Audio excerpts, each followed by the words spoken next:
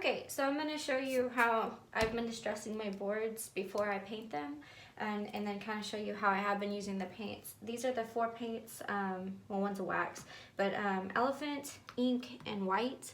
I've been kind of mixing them together to get whatever color creations I want and variations, because I'm kind of going for the reclaimed wood look. And then the clear wax, which is incredibly important. Like, you really need some kind of wax in order to make this happen.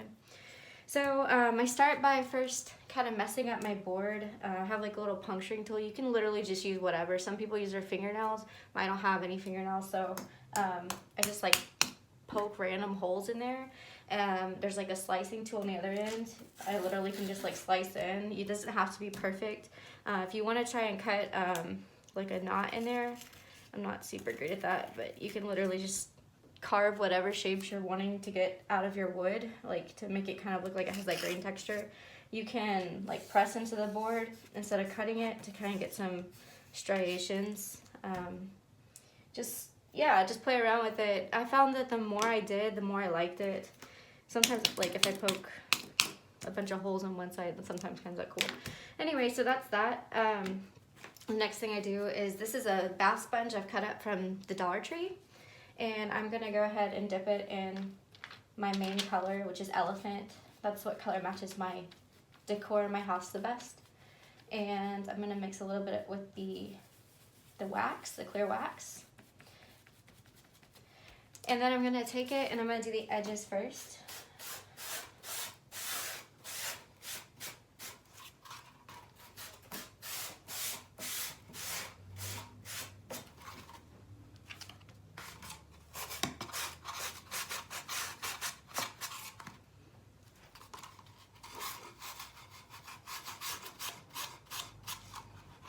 And then I'm just gonna really lightly go over the board. So it's not gonna look like a whole lot at first, but you're gonna go back in with some clear wax and it'll really bring the color all the way through. So just get enough color on there. It really doesn't take a whole lot of paint. I did an entire wall above my coffee bar, and I only used like maybe a third of this bottle. So it really doesn't take much.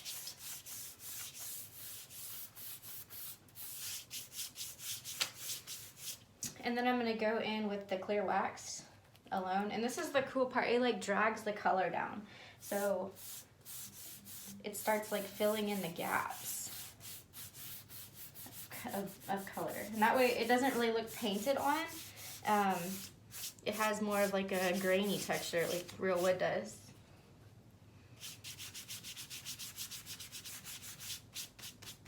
If you get a thick place, I don't really have any right now, but if you get a place where there's like too much paint, you can thin it out with a clear wax. Just put some on your sponge and just go to town. Like if I don't want this here, it will literally like erase the paint. So it makes it basically foolproof, which I love. And then to top it off, or the next step, I typically take my sponge and I dip it in black.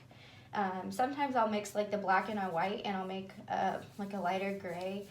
And I'm gonna go in those spots that I created with my knife tool. And I'm just gonna fill them in. And it's not gonna look pretty. It's really gonna turn out like it's like a cow, like spotted. But it'll go away once you put a little bit more wax on and draw everything back together.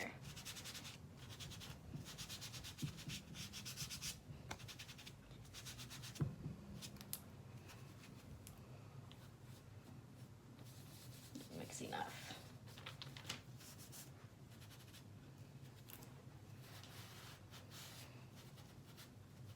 It's one of those things that looks worse before it gets better, but I promise we can fix it.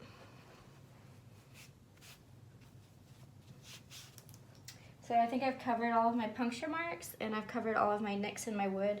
So I'm gonna go back in with elephant and clear wax.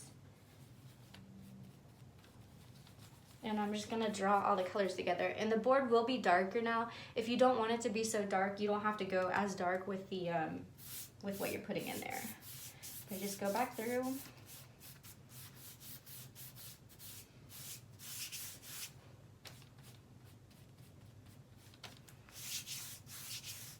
Again, you need to have the clear wax to kind of pull it all together. because otherwise it's not gonna meld.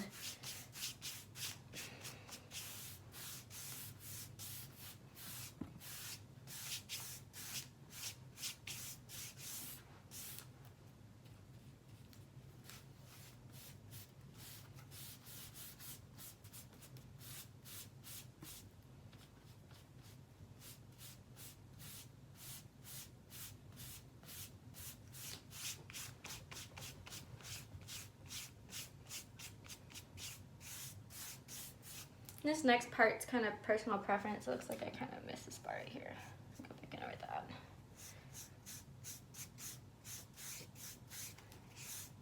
Depending on what color you're going for, or whatever, I like to put a little bit of white on the top. It kind of just gives it that final touch. And then I'm going to show you this tool.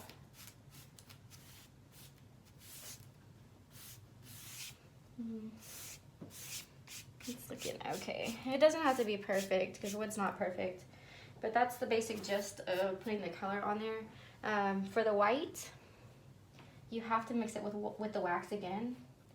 So let's mix a little bit of this over here.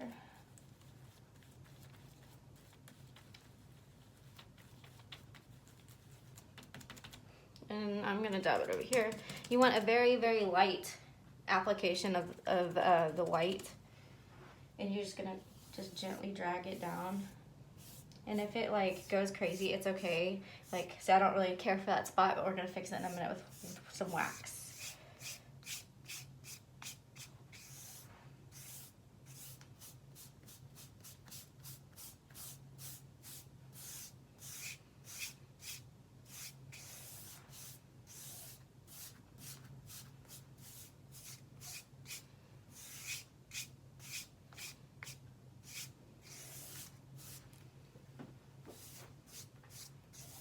It's really kind of brushing that okay. Okay, so that's that. I mean, you could leave it like that if you wanted. That pretty much matches my floor, so I could leave it that way if I wanted to. I'm working on a wall for my entryway right now. But I did want to show you, this is the tool I bought from Lowe's. It does come with a handle, but I'm really bad at using this, so I took the handle off, and it's just easier for me to hold the cross section and maneuver it like this with my hand. Whenever you do this, you want to start from the top and work your way down in one motion. Like, try not to stop, and just rock it back and forth. And then I'll show you what to do after. But I'm going to start it down here.